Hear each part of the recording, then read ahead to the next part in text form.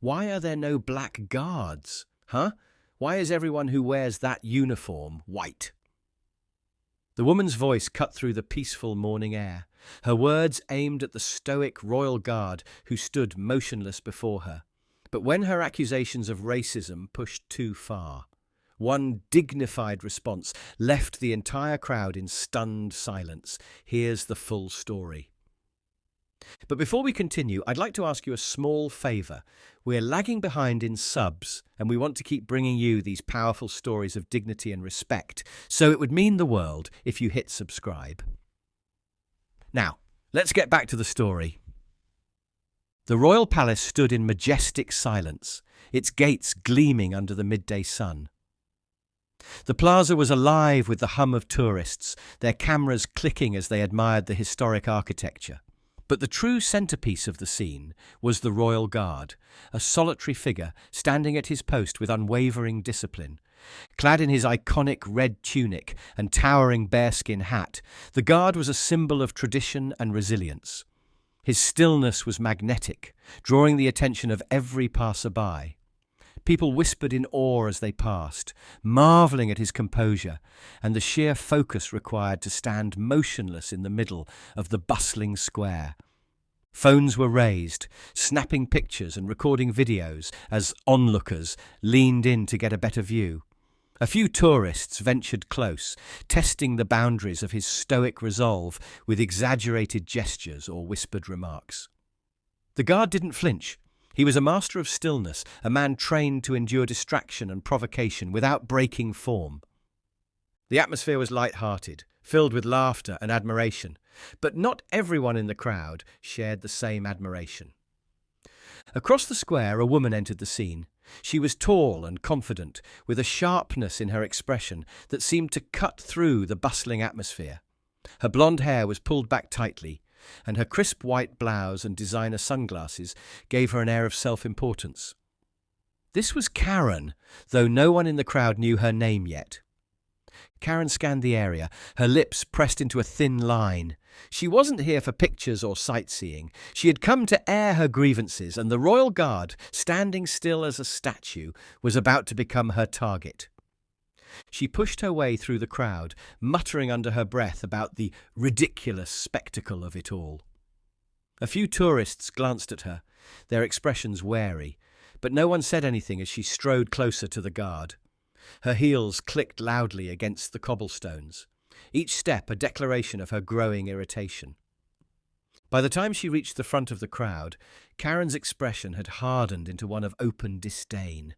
She crossed her arms, standing just a few feet away from the guard, her sharp eyes narrowing as she examined him. The plaza quieted slightly, the lively chatter giving way to a sense of anticipation. It was as if the crowd could feel the tension in the air, though they didn't yet know where it was coming from. Karen tilted her head, tapping her fingers against her arm. "So? This is what everyone's here for, huh?" she said loudly, her voice cutting through the silence. "To take pictures of a guy standing still. Pathetic." A few people turned to look at her, their faces a mix of confusion and discomfort. One man frowned and whispered to his companion, "What's her problem?" But Karen wasn't interested in the crowd. Her attention was fixed solely on the guard. She took a step closer, her lips curling into a smirk. "Let me guess," she said, her tone dripping with sarcasm. "You're too good to talk to us, right? That's why you just stand there, pretending to be important." The guard didn't move. His gaze remained fixed ahead, his posture as rigid as ever. Karen's smirk widened. "What's wrong? Cat got your tongue? Or is this just another example of how people like me are ignored?"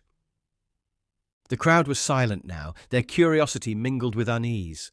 Some shifted awkwardly, unsure whether to intervene or simply watch the scene unfold. Karen placed her hands on her hips, leaning slightly closer to the guard. "I'll bet I know why you're ignoring me," she said, her voice growing louder. "Because I'm black, isn't it? That's why you people don't care. That's why there's not a single black guard in this whole place." Gasps rippled through the crowd, and a few tourists exchanged shocked glances. Karen's words hung in the air, heavy and confrontational, and all eyes turned to the guard, but he didn't react.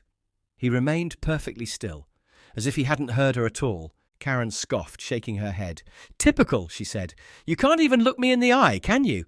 If some white person came up here, you'd be all ears, wouldn't you?" The guard's silence only seemed to fuel her anger. She pointed at him now, her voice sharp and accusatory. "You people think you're better than us, but you're not. You're cowards. You've always been cowards. You treated us like slaves for centuries, and now you can't even acknowledge me. Disgusting." The crowd shifted uneasily, their whispers growing louder. Some tourists looked on with wide eyes, while others turned away, clearly uncomfortable with Karen's words. A few murmured about stepping in, but no one dared to confront her directly. And yet through it all, the guard remained still. His gaze never wavered, his posture never faltered.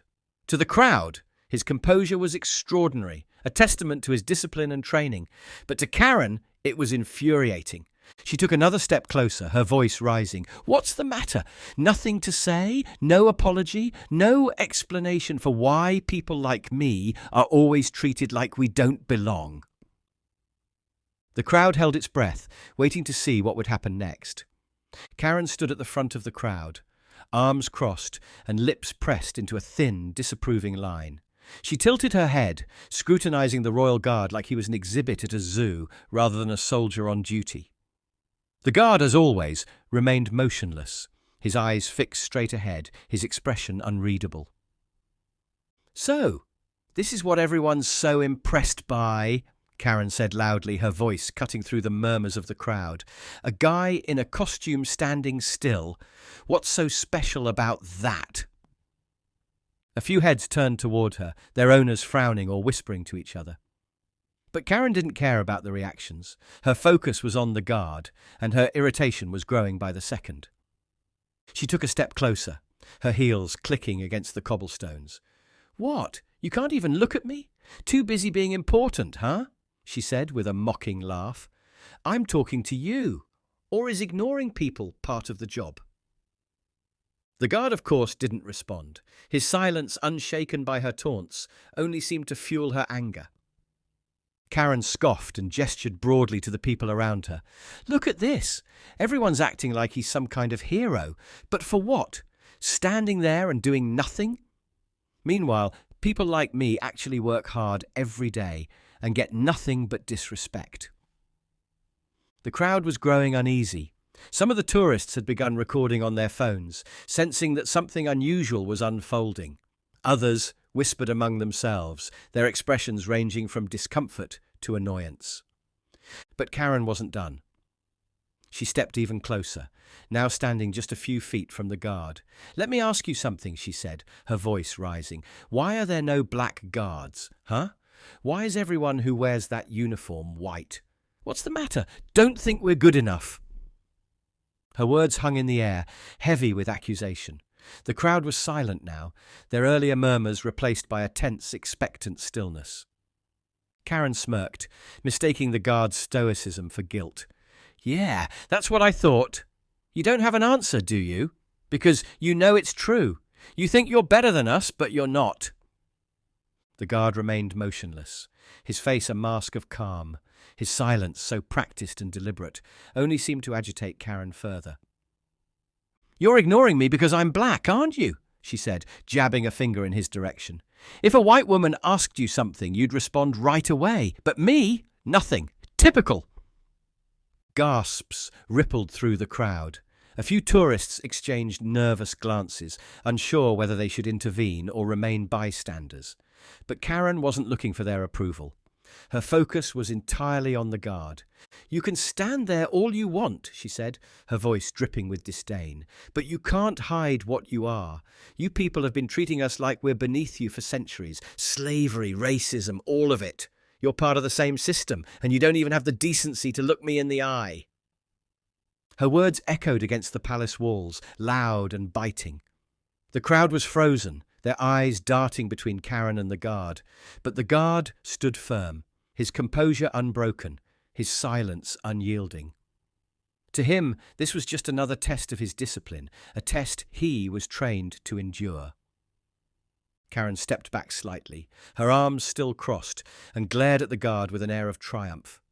"You're not so tough when someone calls you out, are you?" she said. "You just stand there pretending like you're better than everyone else, but you're not. You're nothing." The tension in the plaza was palpable. The crowd waited, their breaths held, wondering what would happen next. But the guard didn't move, didn't speak. His silence, steady and resolute, seemed to fill the space between them, a quiet power that Karen couldn't understand. For now, she mistook it for weakness, but she was about to learn just how wrong she was. Karen's frustration simmered, bubbling into outright anger as she stared down the royal guard. The longer he remained silent, the more she took his stillness as an insult, a refusal to acknowledge her, to answer her accusations. Her voice grew louder, cutting through the tension like a blade. "Oh, so that's how it is, huh?" she said, stepping even closer to the guard. "You think you can just ignore me, pretend I don't exist? Typical. That's exactly what people like you do. Silence is your answer because you think I'm beneath you." The crowd watched uneasily, the weight of her words pressing down on them.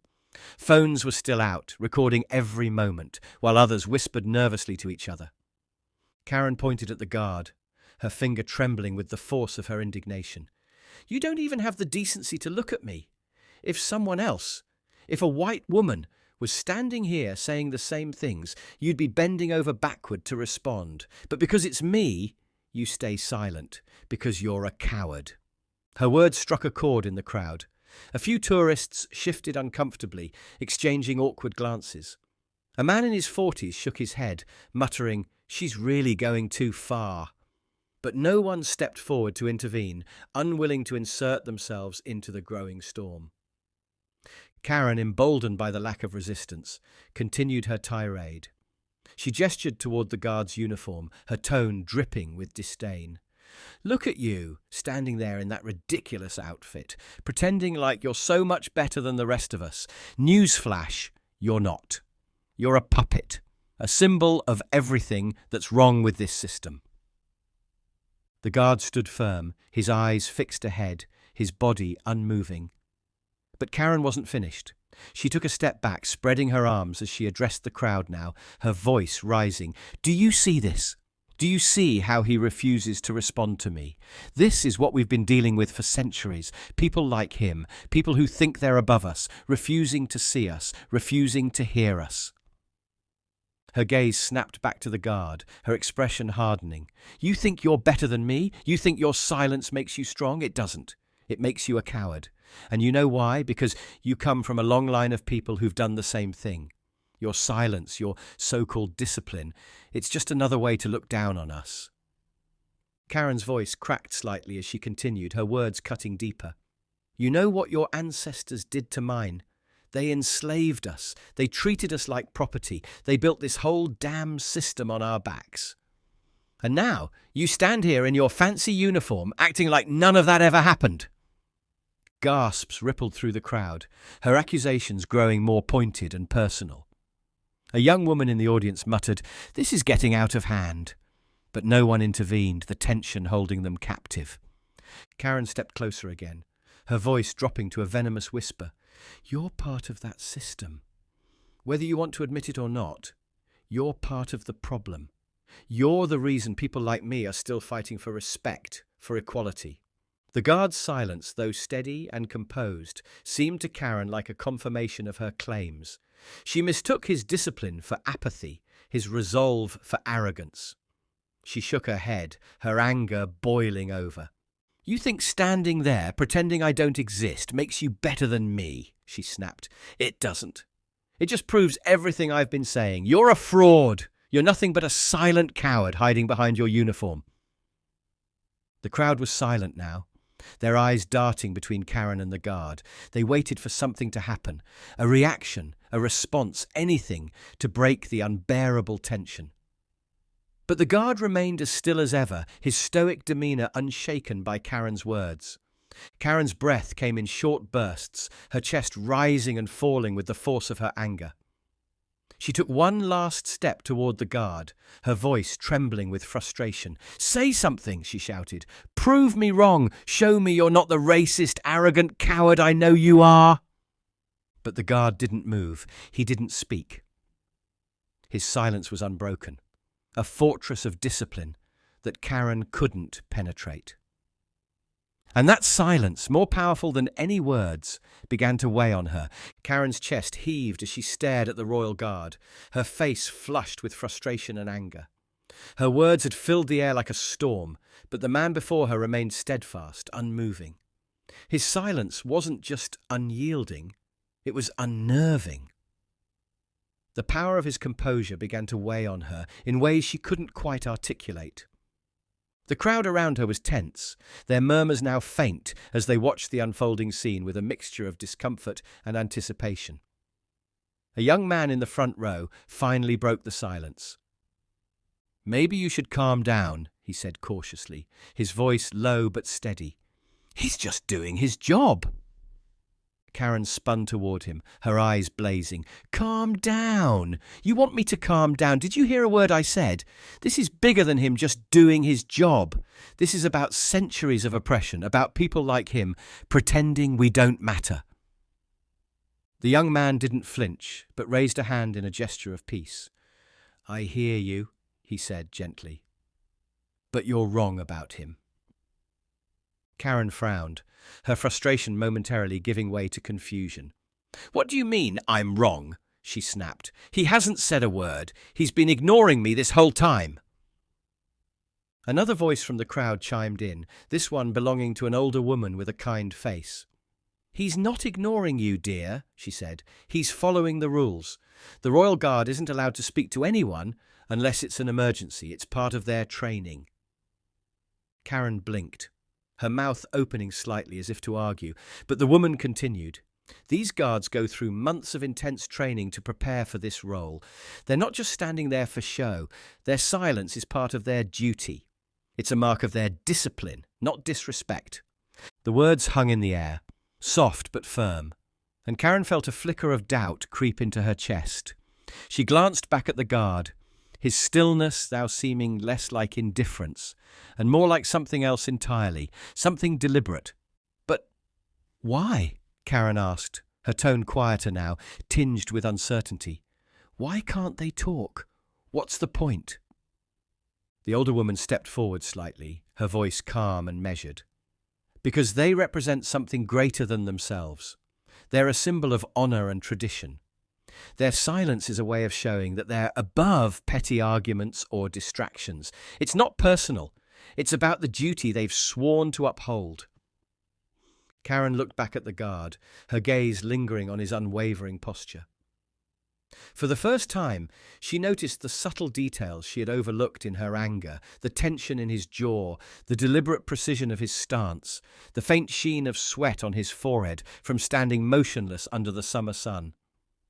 Her mind raced. Was she wrong? Had she misjudged him? The anger that had driven her moments earlier began to waver, replaced by a creeping sense of unease. As Karen stared at the guard, a murmur rippled through the crowd. The young man who had spoken earlier stepped forward, his voice calm yet firm. "You think he's not doing anything, but you have no idea what it takes to stand there like that. You don't know the discipline, the strength, the sacrifice." Karen turned to him, her brow furrowed. "What do you mean, sacrifice? He's just standing there." The young man shook his head. "No, he's not just standing.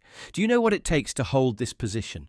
To stay silent, to endure heat, cold, mockery, distractions, and still do your job without flinching. These guards are trained to protect this place and everything it represents. That uniform isn't just for show, it means something." Karen's gaze shifted back to the guard, her mind replaying her own words. She had called him a coward, accused him of being part of a system that oppressed her people. But now, standing before his silent strength, she began to wonder if she had been wrong. His silence didn't feel like arrogance anymore. It felt like something else. Pride, maybe. Or resolve. For the first time, Karen felt the weight of her own words. The crowd, once buzzing with discomfort, seemed to settle into a quieter understanding. The tension in the air began to dissolve, replaced by a sense of anticipation. Karen took a step back, her arms dropping to her sides. She looked at the guard again, truly looked, and saw not a statue or a symbol of oppression, but a person. A man who had stood his ground with dignity, even as she had hurled every accusation she could think of at him. The silence was deafening now, but this time it wasn't the guard's silence, it was her own. She felt the eyes of the crowd on her, their judgment not spoken, but still palpable.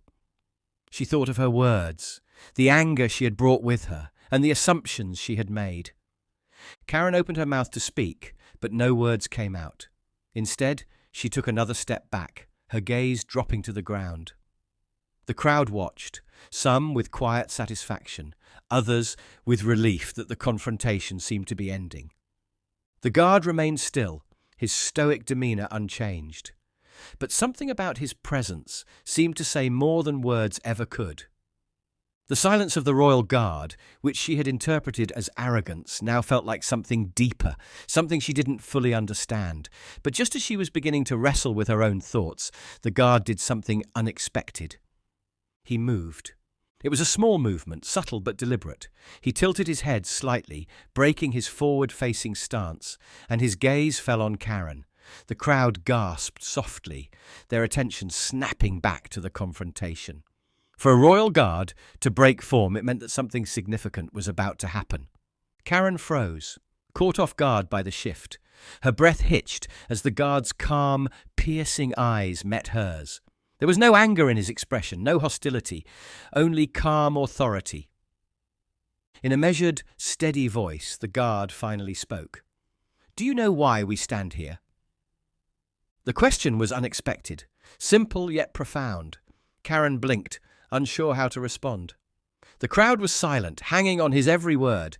The guard continued, his voice low and firm, but carrying the weight of purpose. "We don't stand here for ourselves. We stand here for something greater. Our duty, our honour, and the history we represent. This uniform isn't a privilege. It's a responsibility." Karen's lips parted, but no words came out. The guard's words hit her harder than she expected, cutting through her frustration like a blade. "You called me a coward," the guard said, his tone even. "You accused me of being silent because I looked down on you. But my silence is not about you. It's about my duty. My silence is my discipline, my strength." The crowd was enraptured, their eyes darting between Karen and the guard. Some whispered among themselves, their voices hushed, as if they didn't want to break the moment. The guard took a small step forward, his presence towering yet calm. "You spoke about history, about oppression, about the injustices your ancestors faced. I won't argue with you about that. Those things happened. They were wrong. But my silence isn't an endorsement of those evils. It's a testament to my commitment, to stand here, to represent a tradition that strives to be better than its past." Karen felt her throat tighten, her anger now completely replaced by something else. Shame, perhaps? Or understanding? The guard's voice softened, but it didn't lose its authority. "You assumed you knew who I was because of this uniform. You let your anger blind you to the truth. I am not your enemy. My role is to serve everyone, no matter who they are, with dignity and respect. That's what this uniform means." Karen swallowed hard, her gaze dropping to the ground. The crowd was utterly silent now, their earlier tension replaced by awe. The guard straightened, his posture as resolute as ever. "I didn't speak because it wasn't my place, but I spoke now because it was necessary. For you to understand that respect is earned, not demanded, and that assumptions are the enemy of understanding." Karen's voice wavered as she finally found the courage to respond. I'm sorry," she said quietly, the words barely audible. The guard nodded once, his face unreadable, but his message clear. He returned to his post, his movements deliberate and precise, as if nothing had happened. The plaza seemed to breathe again. the tension dissipating like mist under the sun. Karen stood still for a long moment, watching the royal guard as he resumed his silent, stoic stance.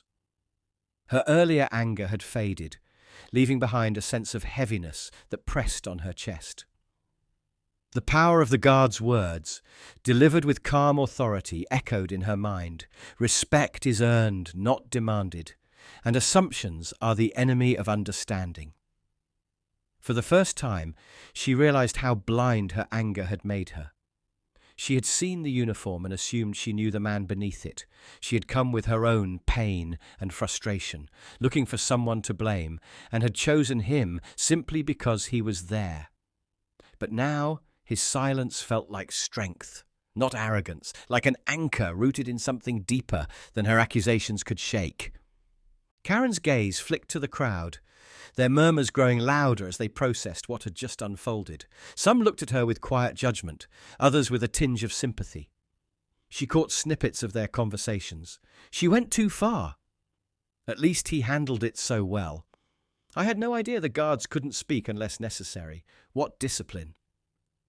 Her stomach tightened. The weight of their judgment didn't sting as much as the realization that they were right. She had gone too far, and the guard's restraint had only made her own behavior feel smaller. Taking a deep breath, Karen hesitated for a moment, then took a few tentative steps forward. Stopping a respectful distance from the guard, she lowered her head slightly and spoke in a quiet voice, just loud enough for him to hear. "I'm sorry for what I said. I was wrong." She didn't expect a response. She knew better now. But saying the words felt necessary, for herself more than for him. Without waiting, she turned and walked away, the tension in her chest easing slightly with each step. The crowd parted for her, some whispering as she passed, others simply watching as the storm of her earlier anger faded into the background. As Karen walked toward the edge of the plaza, her thoughts churned. For years, she had carried her anger like a shield, using it to protect herself from the pain of injustices she had witnessed and experienced. But today, she realized that shield had turned into a weapon she wielded recklessly. The guard had not fought back, yet his composure had exposed the flaws in her approach. "I thought I was making a statement," she thought bitterly. "But all I did was embarrass myself." She resolved to change, to seek understanding before judgment, and to remember the lesson she had learned here, not just from the guard's silence, but from his calm, deliberate words. The plaza slowly returned to normal, though the air still carried the memory of what had happened. Tourists continued to snap photos of the royal guard, but there was a newfound reverence in their actions. Two women near the edge of the square exchanged thoughtful words. "That was powerful," one said. "The way he stayed so calm. It was incredible." The other nodded. "I didn't realize how much they go through, just to stand there like that. He didn't need to shout or argue. He let his presence speak for him." Far from the plaza, Karen found herself sitting on a park bench, the sounds of the city swirling around her. She barely noticed them. Her mind replayed the confrontation over and over, the assumptions she had made, the words she had said, and the restraint the guard had shown. His silence, more powerful than her shouting, had revealed the impulsiveness of her anger. His words, chosen so carefully, had shattered the walls she had built around her own perspective. For the first time in years, Karen felt the urge to listen rather than speak. She looked down at her hands, whispering to herself, "I need to do better." Back at the palace, the royal guard stood unmoving, his face calm and composed. Outwardly, he appeared unchanged, but inwardly, he reflected on the encounter. It wasn't the first time someone had shouted at him, nor would it be the last. The role of a royal guard demanded endurance, not just against physical challenges, but against moments like these. He understood that such outbursts often came from a place of pain, and he bore no ill will toward the woman who had confronted him. If anything, he hoped his words had made an impact, not just on her, but on everyone who had witnessed the moment. As the sun set behind the palace, casting long shadows across the cobblestones, the guard felt a quiet sense of fulfillment. His duty wasn't just to stand still. It was to stand for something greater, for dignity, for respect, and for tradition. Today, he had done just that. In a world where words are often wielded as weapons, silence can be a shield. The Royal Guard's strength lay not in his uniform or his stature, but in his resolve to stand firm in the face of misunderstanding and prejudice. Karen learned a lesson that day, a lesson about respect, about listening, and about seeing beyond the surface.